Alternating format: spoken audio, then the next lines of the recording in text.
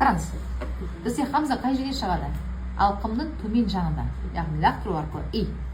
А енді қараңыз, сіз не істеп жатсыз? Ияка. Қараңыз, я деймінші, я.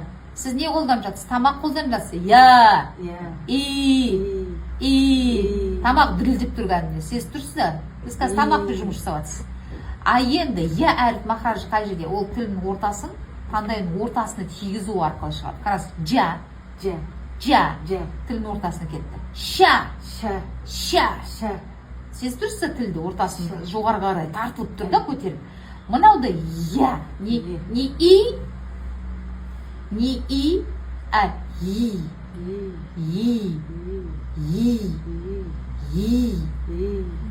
Я. Не я. Қараңыз, я. Не істеп жатырмын мен? Я.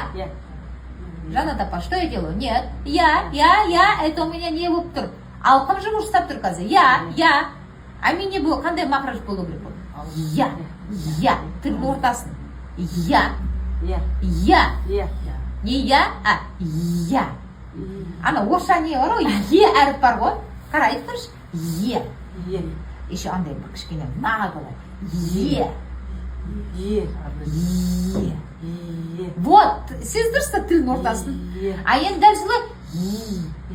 Вот, енді бүйтеміз. Қараңыз, бірінші бізде мына сөзде ияка хамза, ол мынаяқтан бастайсыз. Сіз лақтырып қайынға кіресіз? Тілдің ортасына кіріп кетесіз.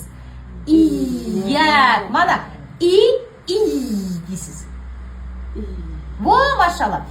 Ияка нa'буду ва екінші ва ияка. Жоқ. Ияка.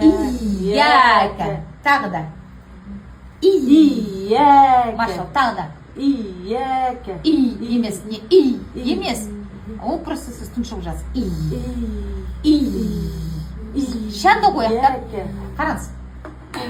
Басыл хамзаны біз лақтырдық. Я бізде шәді. Шәдіні үкімі қандай? Бірінші әріп сукун, екінші әріп харакат. Біз не істейміз? Мына я ғой, екі я. Бірінші әріп сукунды, екінші харакатты ғой. Кірім? Дейші. Я. Во, машалла. Ияка. Машалла, осылай жұмыс істейсіз, да, үйде? Вот, машалла. Нa'буду ва ияка настаин.